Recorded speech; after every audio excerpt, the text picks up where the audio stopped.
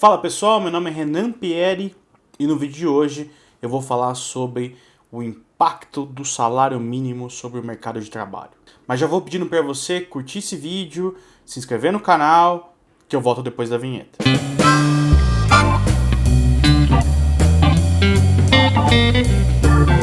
Em 1º de abril de 1992, o salário mínimo aumentou de 4,25 dólares a hora para 5,05 dólares em New Jersey, nos Estados Unidos. E foi usando essa intervenção que o David Card e o Alan Kruger publicaram um artigo no American Economic Review em 1994, estimando os impactos do salário mínimo. A primeira grande questão aqui é sobre qual público eu vou olhar.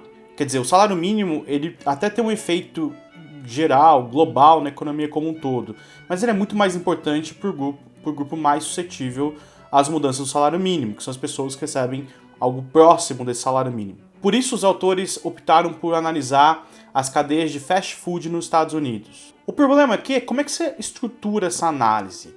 Se você simplesmente comparasse qual que era o salário e o desemprego antes e depois do salário mínimo em New Jersey, você não teria uma boa estimativa desse impacto. Isso porque muitas outras coisas podem ter mudado ao longo do tempo, e aí você vai estar captando o efeito dessas outras variáveis e não desse choque do salário mínimo, que é o que você quer achar. Por isso, os autores optaram por escolher um estado que, segundo eles, é parecido com New Jersey, o estado da Pensilvânia, como uma espécie de grupo de controle. E eles mostram no artigo que esse estado tem características semelhantes ao estado de New Jersey. Isso não prova que esse grupo de controle é ideal. O ideal é que você fizesse algum tipo de sorteio, ou mesmo não sendo sorteio, você tem técnicas mais robustas hoje em dia para se criar esse grupo de controle, como análise de controle sintético, por exemplo. Mas vamos lá, o que eles fizeram?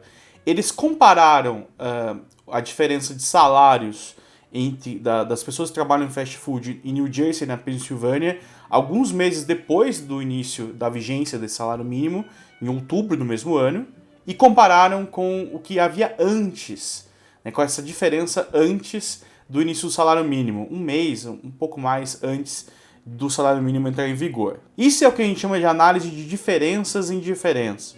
Você faz isso porque só comparar o antes e o depois de New Jersey não seria interessante pelas razões que eu coloquei, mas também só comparar a diferença entre New Jersey e Pensilvânia após a intervenção, após a mudança do salário mínimo, também não seria suficiente. Quer dizer, pode sim ter alguma coisa ou outra que a gente não observa que faça a Pensilvânia ser diferente de New Jersey e que isso acabe contaminando o efeito que está calculando. Então, o estimador de diferenças, o que ele faz?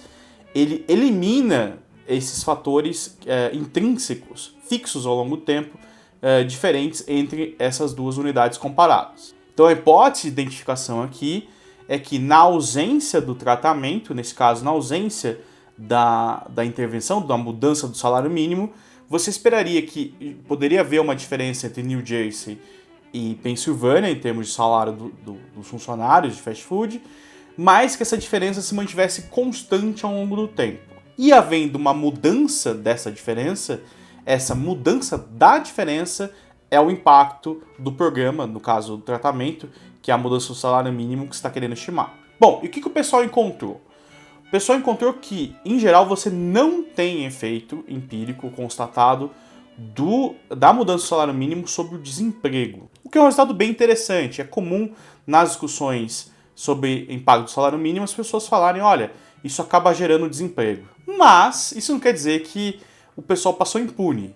Quer dizer, as empresas de fast food repassaram o custo maior de salário para os funcionários, cortando benefícios dos trabalhadores. Sim, eles podem fazer isso nos Estados Unidos, ou pelo menos podiam na época, e o que foi constatado é que no almoço, os benefícios de almoço, como refrigerante, batata, eu não sei exatamente, a comida foi reduzida para compensar um pouco do custo do salário mais alto. Sim, você pode imaginar que o dono de fast food é mau, mas também nos Estados Unidos especialmente, esse é um mercado bastante competitivo, né? Então qualquer aumento de custo vai ter que ter algum repasse, algum corte adicional.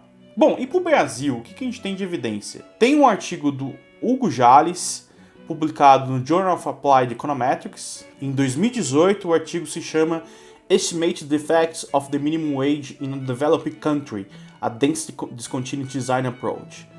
O Hugo usa uma regressão de descontinuidade, que é uma coisa um pouco complicada para explicar aqui rapidamente, para estimar, entre outras coisas que ele faz no artigo, para estimar os efeitos do salário mínimo no Brasil. E, para ser bem resumido, o que ele encontra é que o impacto é maior, né, o grande efeito do salário mínimo é sobre informalidade. A gente tem uma informalidade muito grande no Brasil. Cerca de 41% dos atuais ocupados são informais, ou seja, não tem carteira assinada ou eles empreendem e não tem CNPJ. Uma informalidade tão grande tem que ter explicações estruturais. E você tem muitas delas, que eu já citei em alguns comentários anteriores, mas uma delas é a legislação trabalhista e o salário mínimo em particular. Então aí você tem mais uma evidência de que talvez o salário mínimo não seja tão importante para explicar desemprego, mas sim gera um pouco de informalidade. Isso porque muitos setores em que o salário mínimo recai são setores bastante competitivos. Então não tem mágica. Se você aumentou um custo por um lado, vai ter algum tipo de redução para o outro. Neste caso, algumas empresas ou funcionários vão para a informalidade. E você, o que achou do vídeo? Comenta aqui embaixo a sua opinião sobre o salário mínimo. Agradeço aqui a sua presença, peço que você se inscreva no canal novamente, mande para os amigos e para os inimigos o vídeo e até uma próxima.